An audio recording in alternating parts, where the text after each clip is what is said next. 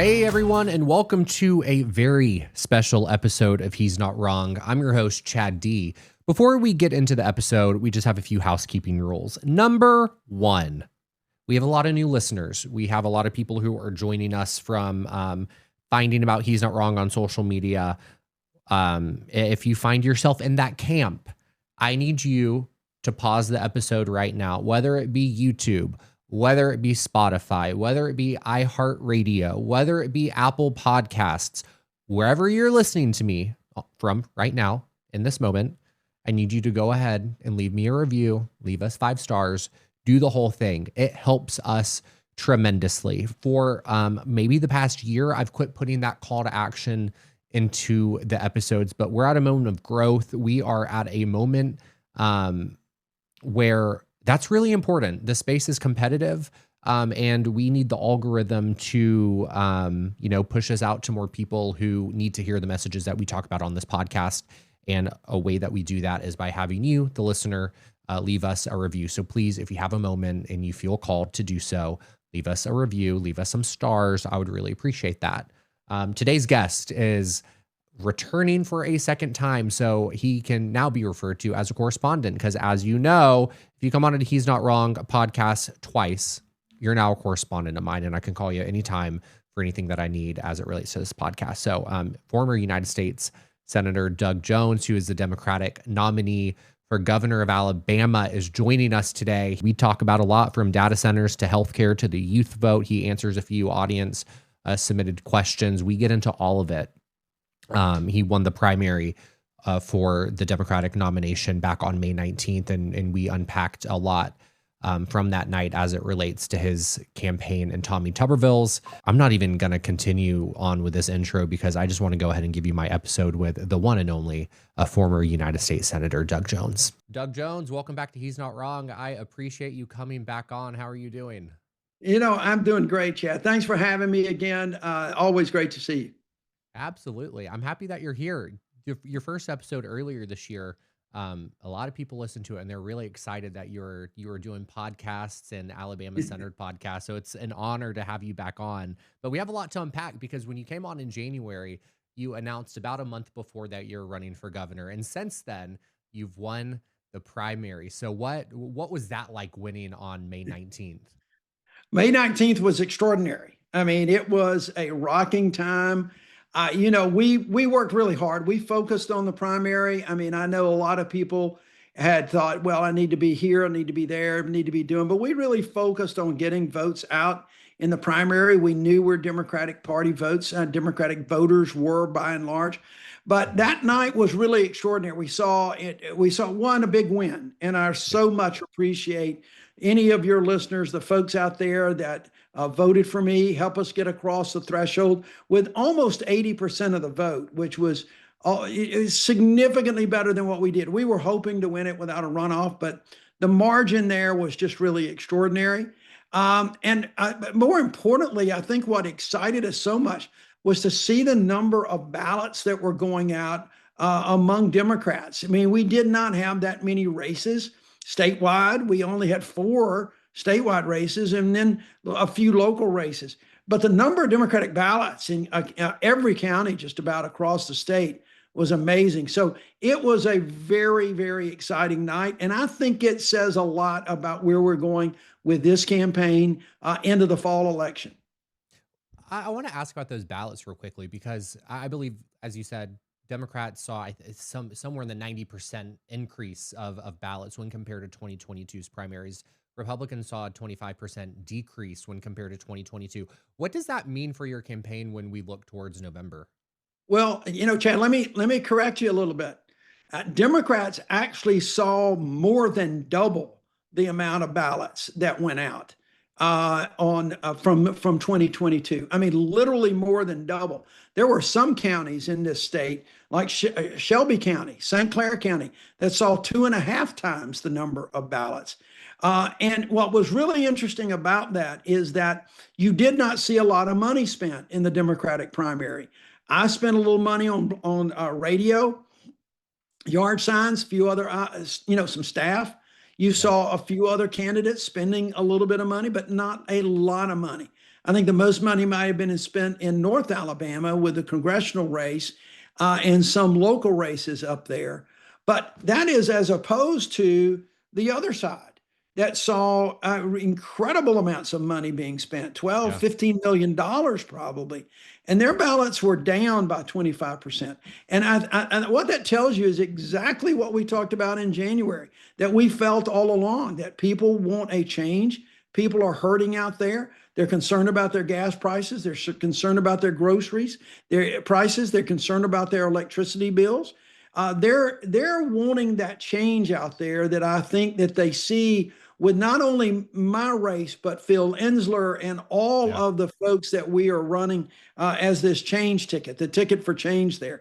So people came out, and I do think, look, I don't want to minimize the effect that the Calais decision, the voting rights decision had, and how our governor and state legislature just rammed down our throat new congressional Yeah. maps over the course of about 48 hours.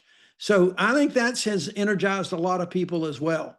Yeah, for sure. We're going to get into that Calais decision here in a little bit, but I want to tell you a story real quickly because it's something I'm really proud of. And as you know, I grew up in a Catholic military conservative family, and it wasn't until college when I became what I view now as a pretty liberal Democrat. When I started meeting people that looked different from me, talked different from me, had different experiences than I had, and I was able to really learn from my community, and that's shaped who I am today. And I always try to share my experience with the people from my community in Montgomery, Alabama, and I'm so happy that my parents, for the first time, voted Democrat in the May 19th primary for you, partly because of that their awareness with what's going on, their knowledge of how dangerous a Tommy Tuberville governorship would be. When you look at that election night on May 19th, and I know this was unplanned, but you compare the speeches of Tommy Tuberville with yourself, and it could not be more vastly different. It would like the choice to me is obvious when you hear the speech. You were speaking to unity, you were speaking to everyone, and Tommy Tuberville was speaking just to one side and probably just a sect of that Right. side. Yeah. So I would just like to hear your opinion about that. Well, first of all, let me say I appreciate your parents crossing that line and making sure that they voted for me at that time. That means a lot. It really does. And we've seen that, I think, more and more. And I think that accounts in part for some of the increase in the ballots. I think there's an enthusiasm among traditional Democratic voters, but I also think there are a lot of folks that are independent or that have moved that way and now Yeah. voting their conscience. And you are absolutely right. The contrast could not be greater. I mean, Tuberville is a divisive figure. He relishes that. That night and his floor statements on the Yeah. Senate floor are all about hate. They're about division. And that is so different than the Alabama that I grew up. It's so different than the Alabama that we want to be. We have talked before about how we see Alabama as that crowded table where Yeah. there's a place for everyone. And that's what I truly believe. And it's interesting, I think, as we go forward, more and more people like your parents are not only seeing the difference, they're moving away from the division, they're moving away from the hate, and they're not listening to people like Tuberville say, oh, Doug Jones is just some socialist, Marxist, globalist, godless person, the way he said that night. And they look at my record and they thought, no, well, wait a minute. This guy reached across the aisle. Yeah. He talked to Republicans. He's talking to me. He's talking to everybody in the state of Alabama, and he's listening to them and understanding the communities. It's a big difference. It's coming through loud and clear. And that's why we feel so good about where this race is right now and where it's going to be headed toward the fall. I mean, I can't believe I'm about to say this, but I almost appreciate Tommy Tuberville for how divisive he is because he makes my job so easy. Because when he says these things, I have all this footage from the events I go to with you, and I'm like, here's the proof. It goes directly against what Tommy's saying. Like the two don't align, and it's so easy to juxtapose the two. Um, but It's I do go ahead. it is it's really because that's been his history. Yeah. Ever since he ran in 2020, that is history. And you know what, Chad? I think people are trying to move past the fear factor in elections. That is he's got nothing else except that.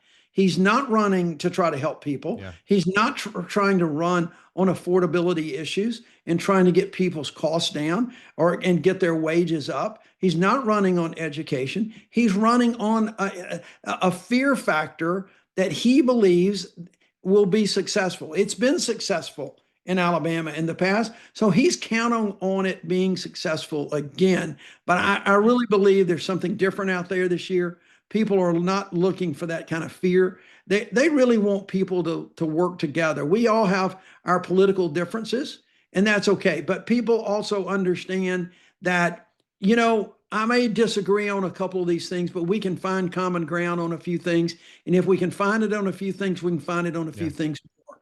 That's what I think the people of Alabama not only want, I think that's what they deserve. Absolutely. I agree. And I want to give you an opportunity to respond to some of the news that came out yesterday, because I was covering the Tommy Tuberville residency challenge over the past few weeks. I was covering it a lot, and it garnered a lot of attention. And yesterday, after the decision came out that they're going to keep Tommy Tuberville as their candidate, despite the evidence and what it shows, Tommy Tuberville came out with a statement, and he said, in 2020, I ran against a liberal, Doug Jones, but he has since fallen deep into the socialist Marxist mind virus, taking over half of our country. That goes to the divisiveness that you're speaking to, but I want to give you an opportunity to directly respond to that statement, because it's so insane to me that is what he says after the challenge. Chad, I don't even know what the hell he's talking about. I mean, if anybody looks at my history, they know better. Yeah. And that's what we're trying to make sure people do, to look and compare myself with Tuberville. And just look at my record, okay? Don't take his word for. I don't think he knows what those words mean. Actually, I really don't think he knows what a Marxist is or a socialist. He just Yeah. knows that it's bad, and so you got to use your names. And if that's the best you got nothing. Mhm. And there's no substance behind those remarks like that. And again, I'm inviting everybody. We're going to be out there a lot, to talk to people, to listen to people.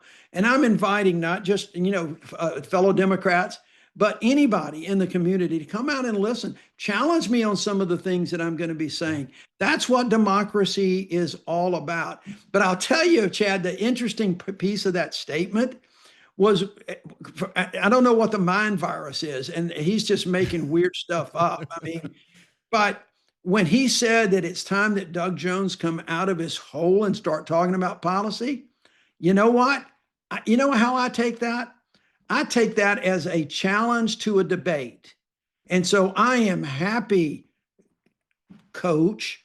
I am happy to meet you anytime to come out and let's debate our respective policy positions, because you got none. You've Yeah. got fear. And we have been going around talking to people all over this state about the utility crisis. We're talking about gas prices. We're talking about farmers and their problems. We're talking about education. We're talking about Medicaid expansion and the healthcare crisis. Those are real policies that we've been talking about. And so I took that and I posted something last night, and we're going to do something again today. I am absolutely taking that as a challenge to a debate, which I gladly accept and would love to see us going around the state in a series of debates about what's important to the people of Alabama. And I will be there to cover it. I saw your post on Threads in your response to Tommy Tuberville, and I thought it was pitch perfect. It was spot on.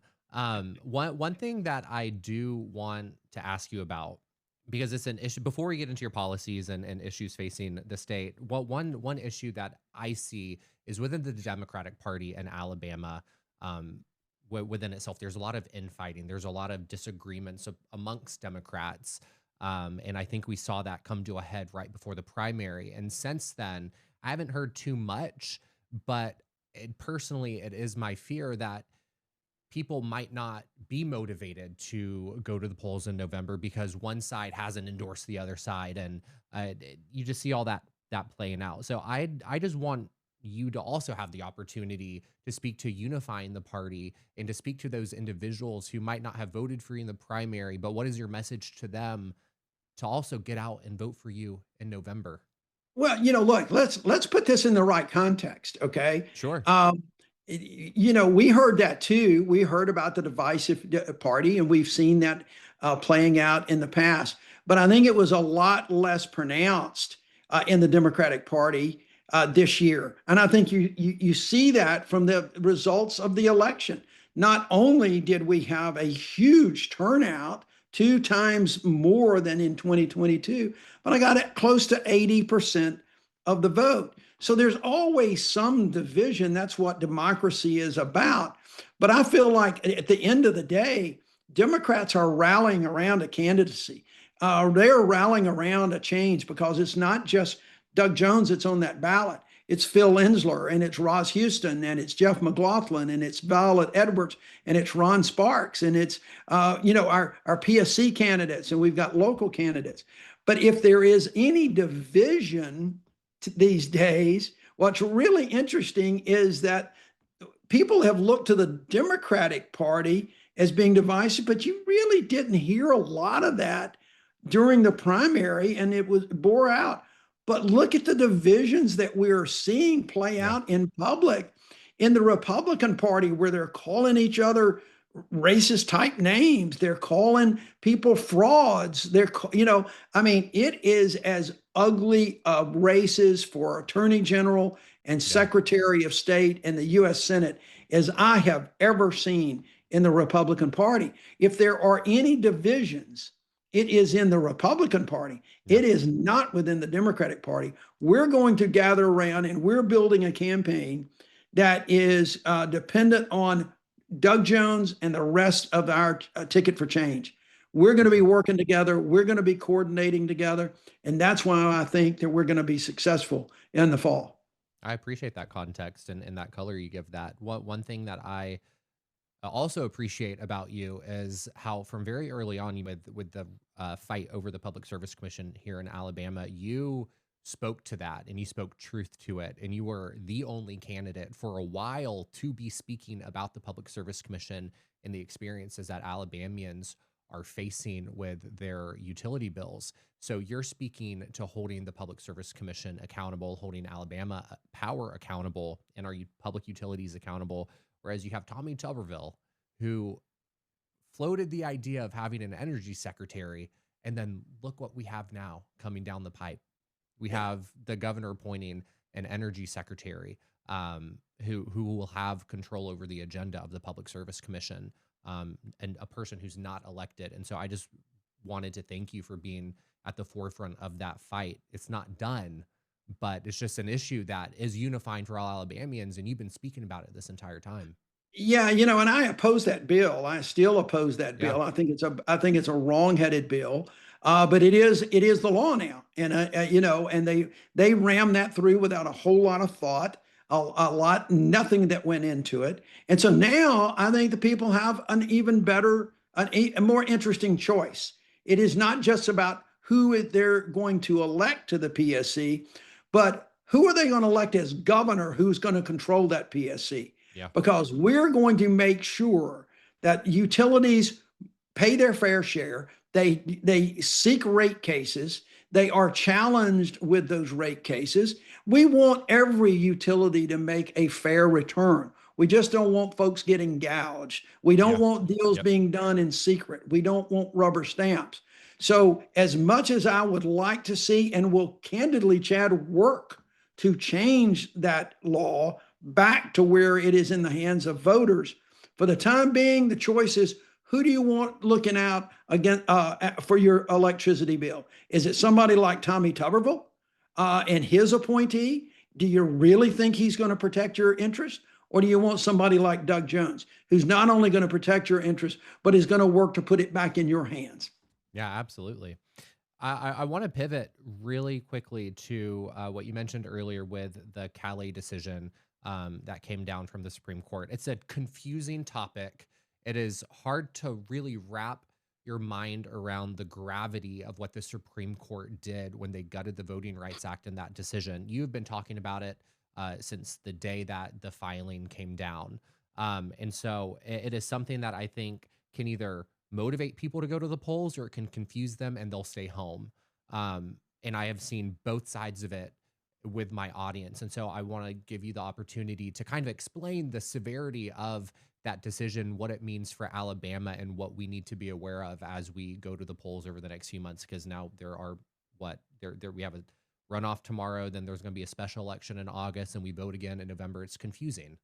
Yeah, it is confusing, it was, that's why we shouldn't even be in this position that it's so confusing. And it's not just confusing; it's going to put a burden on election officials in those districts.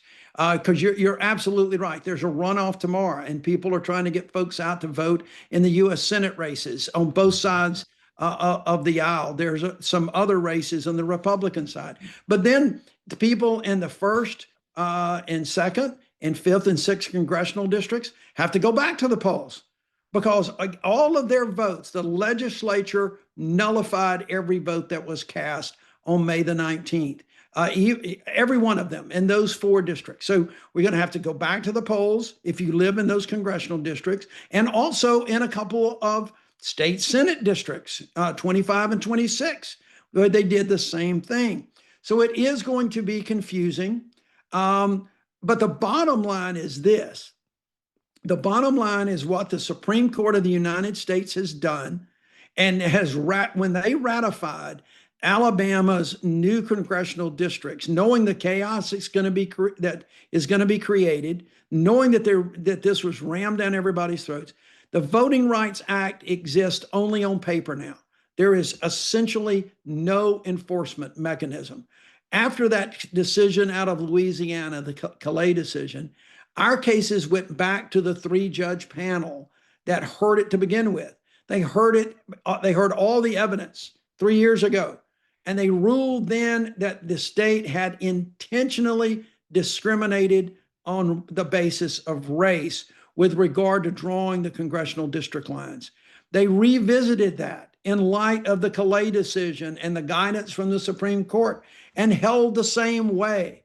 But the Supreme Court said, forget that. Don't worry about it. Just let the state do what they want to do. So as a practical matter, folks, the Voting Rights Act does not exist anymore. It is on paper only, but has no real way to enforce it. Now, Chad, I want to kind of explain to folks something. I want to say it in a different way. Sure.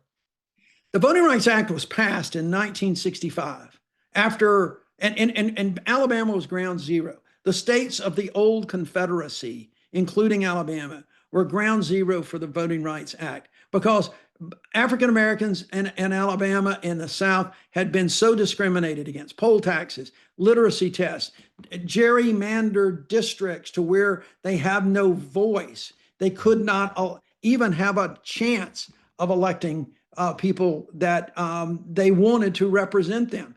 The congressional delegation didn't look like Alabama. The state legislature didn't look like Alabama. City councils and county commissions across the state did not look like their respective jurisdictions. The Voting Rights Act changed all that and gave minority communities the opportunity to really have a voice.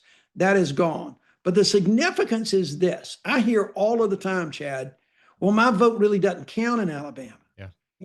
It's just not going to matter in Alabama. And to some extent, the way that Republicans took control and gerrymandered and did things, to some extent, I can understand that.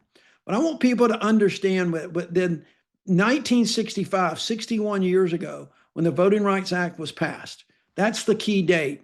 Because if you are 61 years old or younger, you have never lived in a United States that consciously denied people the right to vote.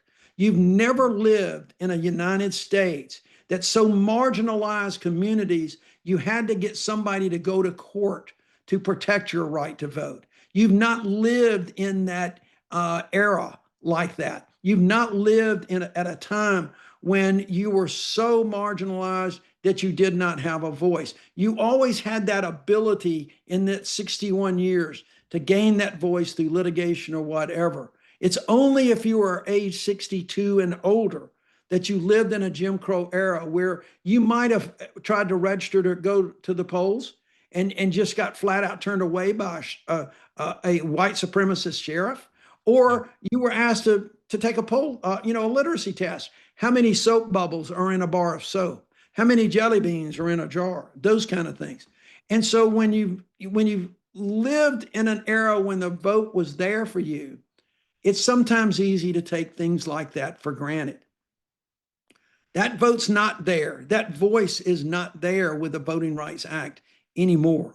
And I think people are recognizing that. And they're seeing that that right is sacred. And how dare they take away that vote? And it's not just Black Alabamians, it's others that don't want to go back, that don't Yeah. want to see us go back to the prior voting rights in Jim Crow. We've heard it before. We don't want to go back. We've made such progress.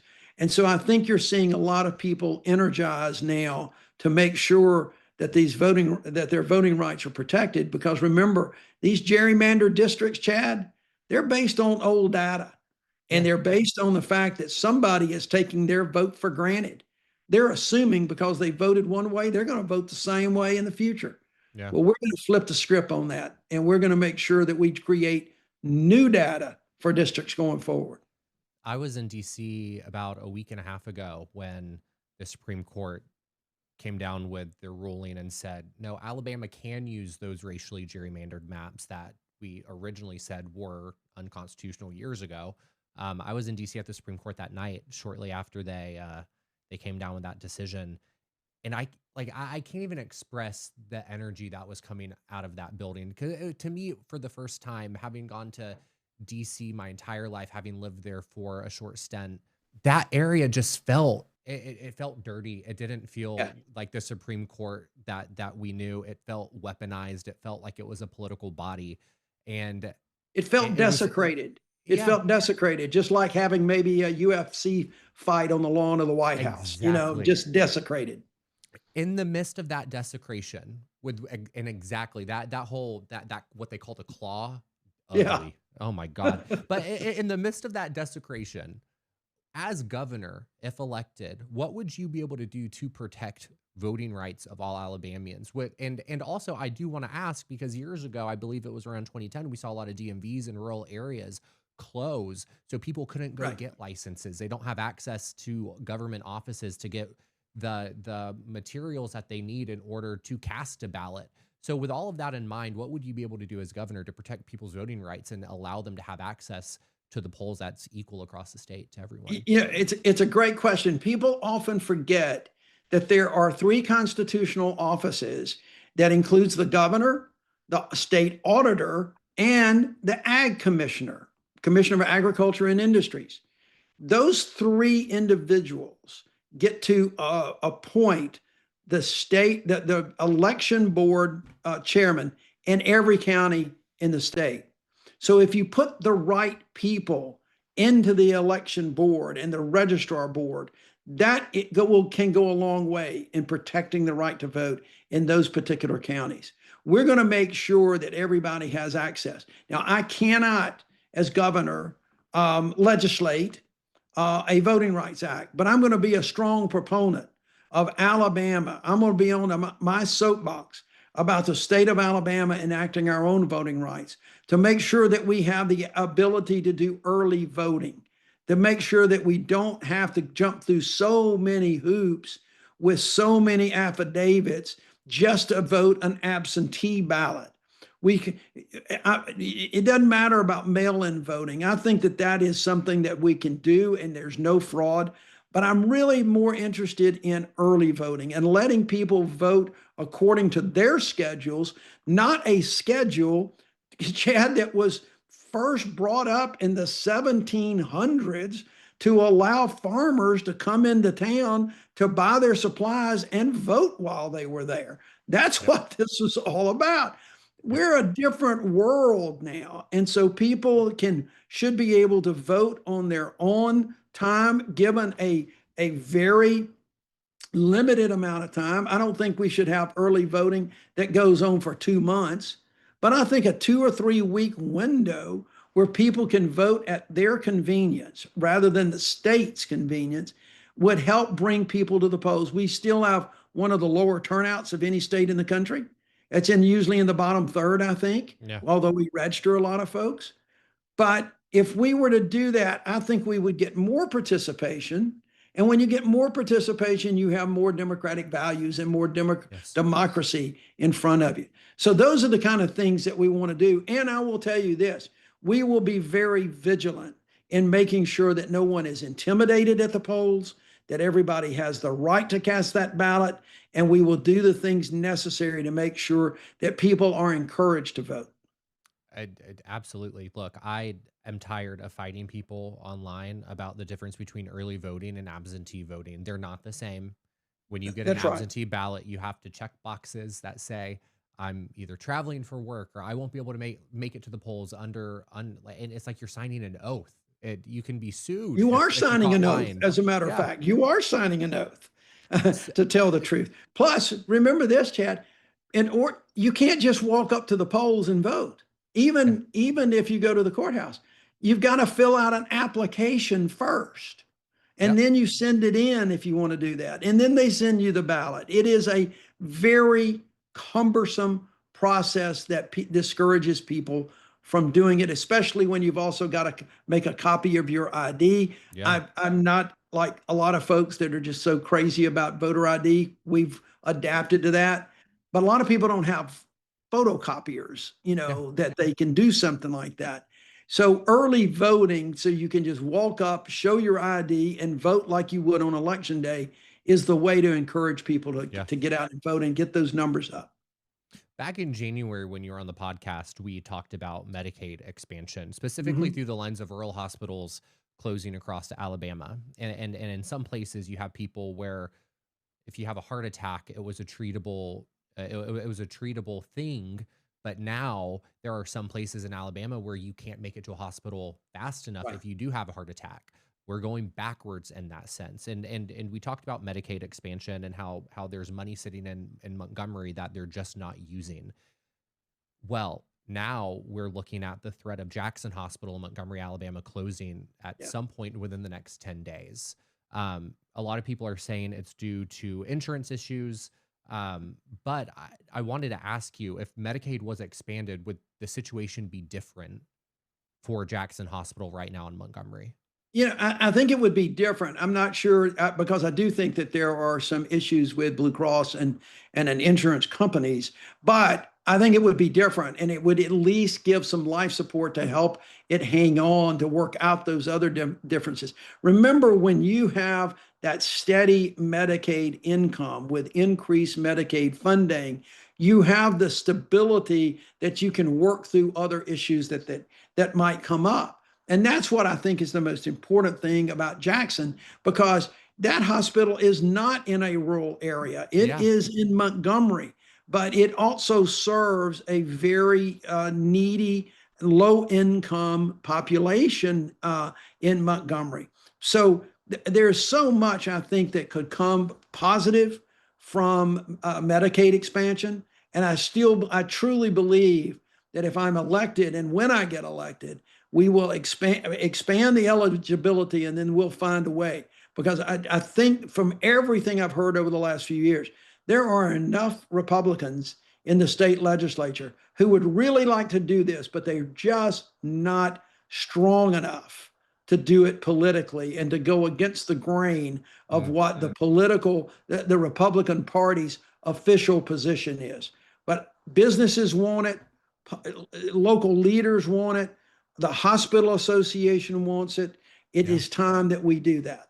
There is absolutely a need for it, and I talked about it on my social media, and there were thousands of comments from people in the central Alabama area who were very concerned. You had people who were having to float the idea of moving to a city that has the specialized care that they Right. were receiving at Jackson that they no longer have access to.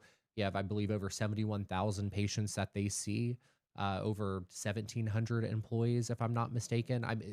It would be horrendous the impact on the local community in Alabama if that hospital closed. So I appreciate you talking about Medicaid expansion and how that could help Alabamians because healthcare is an issue.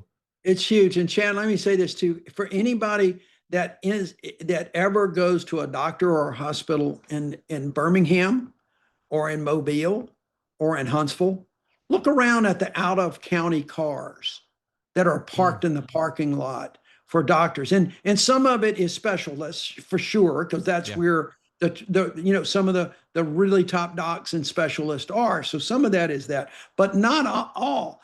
There's so many people that have to drive into Birmingham, drive into Huntsville, or even to like Gadsden or another city where they are from another county for routine care.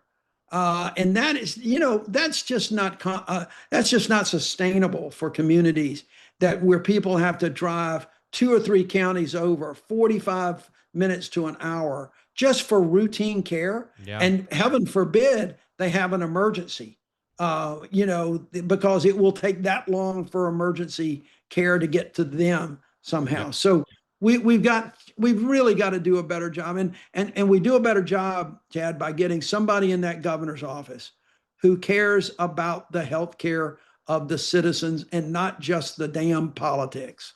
Yeah, I would. So when I was in DC, and I'll move on to the next topic in a minute, but when I was in DC, I was at the Trending Up conference, and it was a bunch of influencers using their platforms for good. And one of our guest speakers was Massachusetts Governor Maura Healey.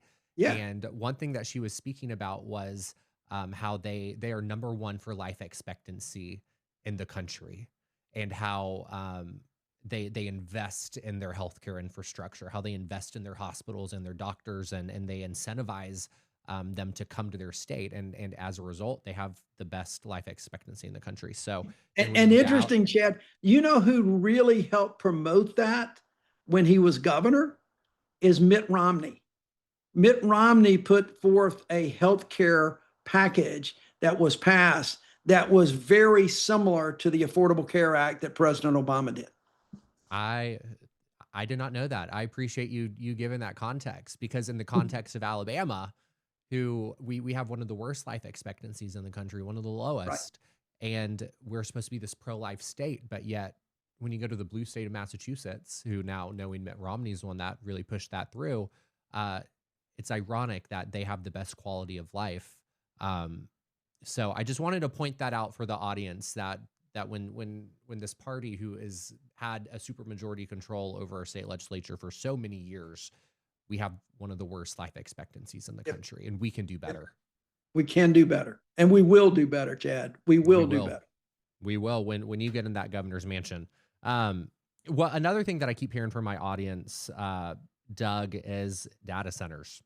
Yeah. And I truly believe that people in Alabama are looking for someone to lead on this issue. Yeah. From Pritchard to Lowndes County, you have Montgomery and Bessemer.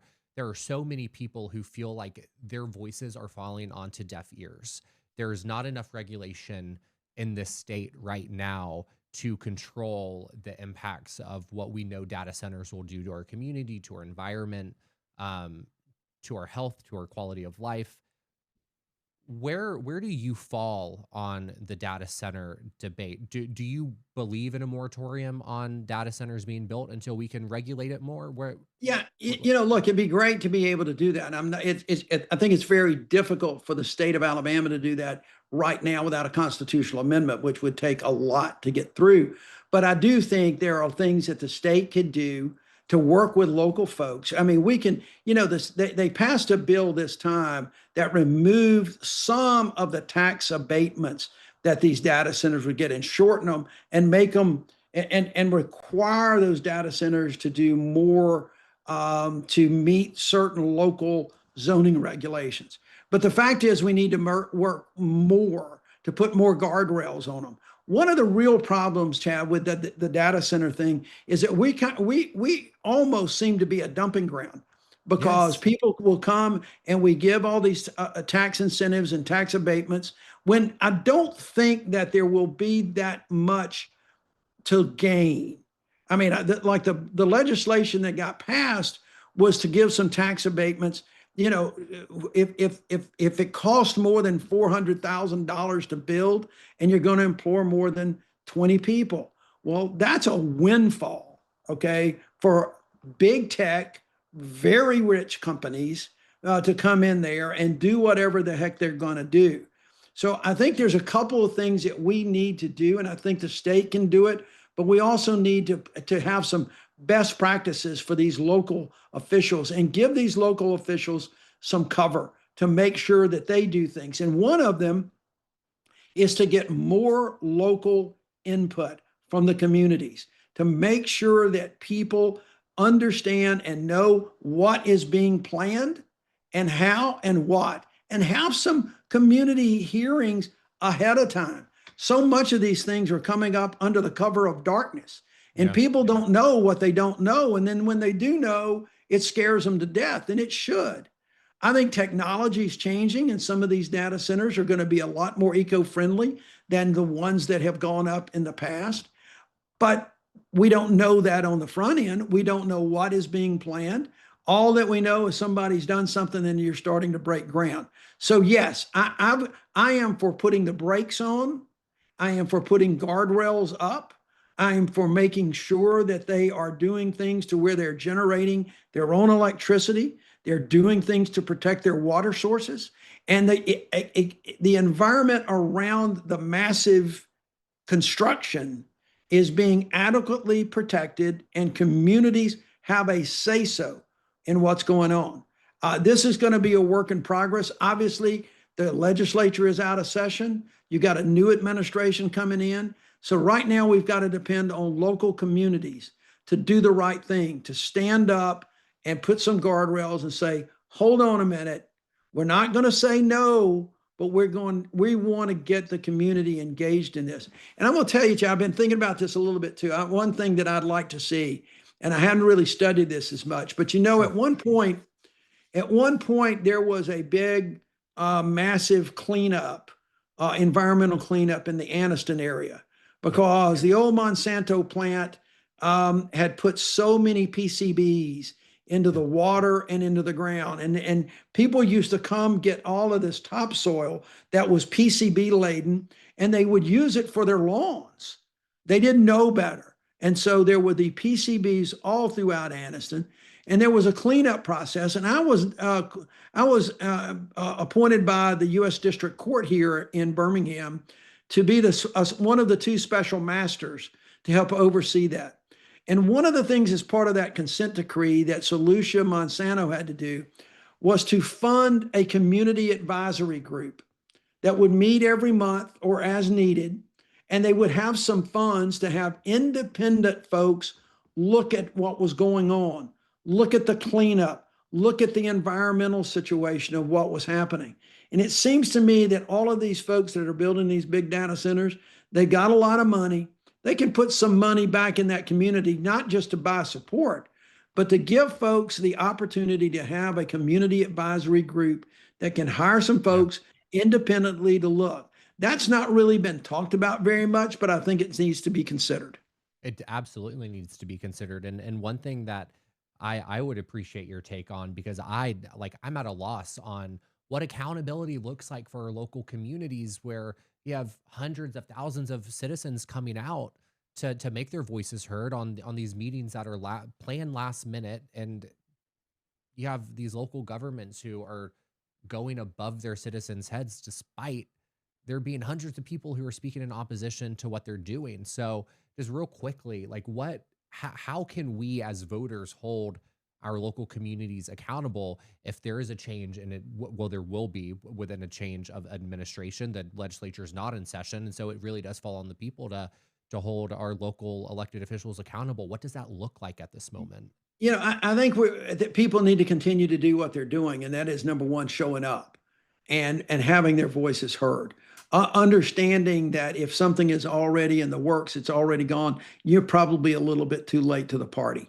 Yeah. But then you can hold those elected officials if you are upset, if it is not working out according to the way that folks thought it has been represented to them. Hold them accountable when there is an election in that community. making sure that people know and understand. But ask that, I think folks can ask the city council, we've got things that are in the works and being planned, showing up and making sure that elected officials know that they need to engage the public on the front end and give their adequate time for the public to know and understand and ask questions and do some work on their own. That's important for those that are being planned and that are certainly in construction. I would ask for a community advisory group. I would ask that the city council or county commission require that company to fund a community advisory group. And then on the ones that are not there, right now, people need to be saying, to their elected officials, you are the elected officials. You are our representative. It should not be up to us to be the guardians here. We expect you to give us notice. We expect you to hold public hearings, not sign non-disclosure agreements where you go behind closed doors. We expect you to do that. If you don't do that, you do so at your peril for the next election. Yeah. I think people have that power. They have the power of the vote. They have the power of their voice. A big portion of the data center conversation I'm seeing revolves around the youth vote. And I know we talked about it in January. I've gone to your office here in Birmingham a few times, and it's been really energizing seeing so many young people working on your campaign and seeing them on social media. I just want to ask, what is your campaign doing differently than what you see other campaigns doing to really motivate and activate the youth in Alabama to make sure that they show up to the polls? Well, we're engaging, number one. You attract youth voters, not with me, but you attract youth voters with the issues that they care about, and you attract youth voters with other youth voters so that they can talk. They talk to a different language. We're also doing, things like coming on the He's Not Wrong podcast because you've got a good youth following. We're doing the things and getting out there to let folks know that we are open and we are listening. We believe, and I believe, and I've always believed, Chad, that our youth vote and our youth in this state are the most critical piece of the electorate. I've been around this place for a while. I've done a lot in my life. I've been really blessed. And if I left the scene today and just retired, I would feel good about the things that I was able to do for the people of Alabama. But I'm not doing this for me. And that's the difference, I think, with me and Tommy Tuberville. Yep. I think it's the difference with our whole ticket and the Republican ticket. I'm doing this because I got grandkids in this state. I'm doing it because I've got friends like you. I'm doing it because there are so many people in this state that I love this state. I care so much and I care deeply about this state. And I want to leave it to that next generation and the next. And I want to do the things necessary to put in place where they can build the future for this state. And I think that's coming across. That's why you see so many young folks. And so we're going to be using those folks to organize around campuses and in both college campuses, junior college campuses, trade schools, you name it. We're going to be organizing the youth a good bit. This is also a good opportunity to say you're not a career politician. It is something that I've seen online. I think people think you're elected once and it just makes you a career politician. You served in the United States Senate for what, like barely 3 years? You've been an attorney your entire life. Like you're not an elected or you're not a career politician. And it is such an important juxtaposition to make against other people. It is, and but the real difference is they're using the wrong term because there are career public servants who I would put so much confidence in. But that's the difference between a public servant and a politician. I believe that my career has been in public service. Yes. Whether it was my first year working for Senator Heflin as a 25-year-old kid on the U.S. Senate Judiciary Committee, or then as an assistant United States attorney, a federal prosecutor here for 4 years, later on as the United States attorney for the Northern District of Alabama, and then as the United States senator and hopefully governor. I believe in public service. This is not it is not my job. It is the people's job. And you work for the people that elect you. This is not an ego trip to where it is just something that I feel like I'm just destined to do. And Yeah. I think too many people that are holding public office, whether it's in politics or whatever, see this as their power source. Yeah. But it's not. It's the people's power, and you are a public servant. And I truly do believe that, Chad. I know I'll get criticized as a politician because to be a public servant, you've got to get involved in politics. Yeah. But I think if you look at my history, it has really been of service and not politics. Absolutely. And I love sharing your history with people when I see criticisms online. That is what I go to. I go to your record, and oftentimes people are like, "Oh, I should probably look that up." I'm like, "Yeah, let's start. Let's normalize doing research before we press submit on a comment." Right. But speaking of comments, I do have a few listener questions from the audience, and some of their names, I'm not gonna lie, their little handles on social media are really too weird to read. So I don't have a name Okay. for No you. worries. But the first one comes from someone who would love to know what Doug plans to do to ensure equal rights are maintained for Alabamians of all races, religions, sexual orientations, and how we can allow women to have the freedom of choice again. Yeah, look, that's a pretty there's a lot to unpack in that Yeah. question. But I think that the main thing is to have that bully pulpit, to be able to be an advocate. We were down, Louise and I this past weekend. We were at the Pride Parade. Then we went to Pride Fest yesterday. We're there to advocate for those rights, and I think that advocacy from the governor's office is really strong. It's the same advocacy that I did have when I was in the United States Senate, whether it is for equal pay for women, whether it's for maternal health, whether it was to make sure that the gay community is not discriminated against in any way, whether it is minority communities. I have been that voice, and I'm going to continue to be that voice. Again, the governor can't legislate, but the governor can set an example. The governor can talk about the things and advocate for things to try to work with the legislature. And the governor can build an administration that looks like Alabama. Remember, Chad, one of the things that we have talked about, you and I have talked about this on the other broadcast. You have heard me say it. As opposed to the division and the hate that we see coming from the other side, we want to build Alabama as a house with a crowded table, where there's a place by the fire for everyone. And everyone's always a little broken. We all have our problems and our issues, but we all belong and we all have a voice. That's the vision for governing. And if you've got that vision for governing, it's that vision by setting the example and to work with the legislature to ensure those protections. This next question comes to you from one of my friends, actually. Her name's Amanda from Montgomery, Alabama. I grew up with her. And she wants to know what the most important thing the average voter can do to help your campaign. That's a very good question, Amanda. It's a really good because number one, you can volunteer. You can go on dougjones.com.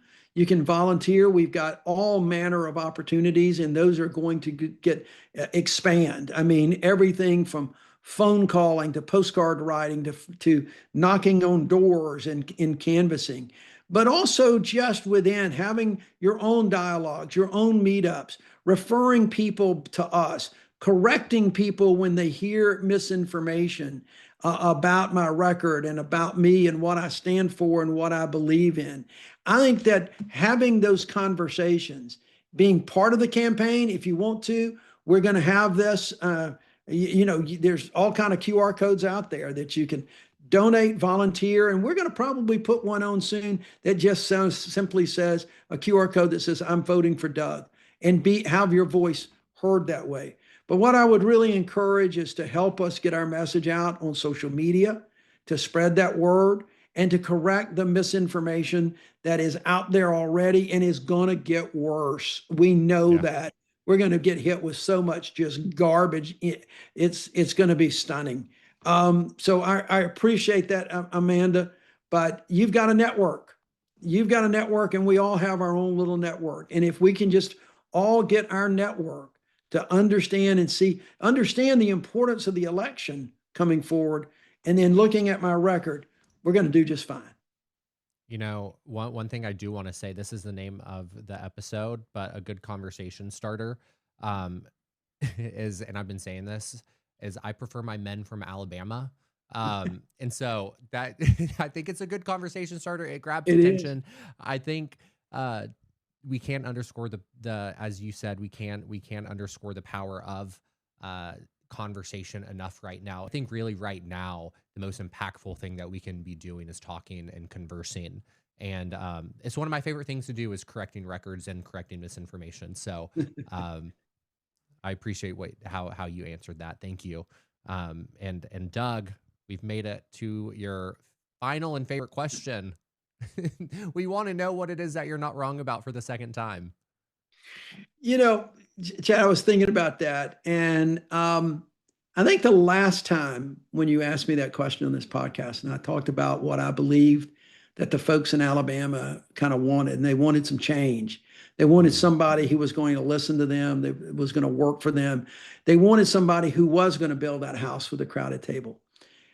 I I know that this sounds funny, but I don't think I was wrong about that.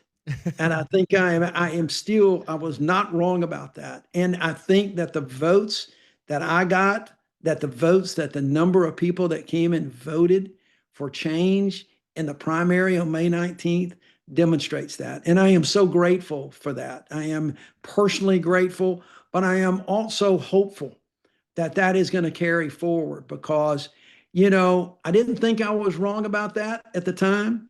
Now I know I wasn't, and that's a good thing. And that's a good thing. So the next time you have me, I'll have a different answer.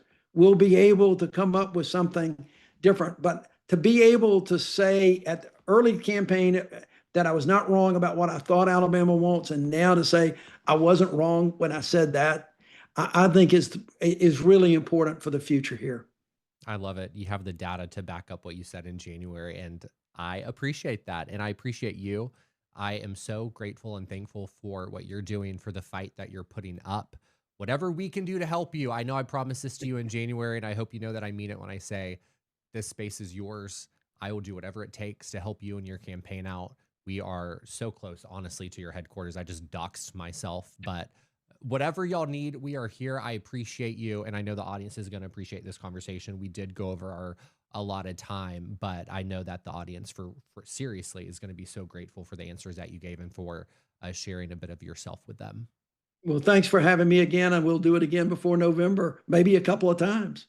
I look anytime. You're always welcome. All right, buddy. Thanks.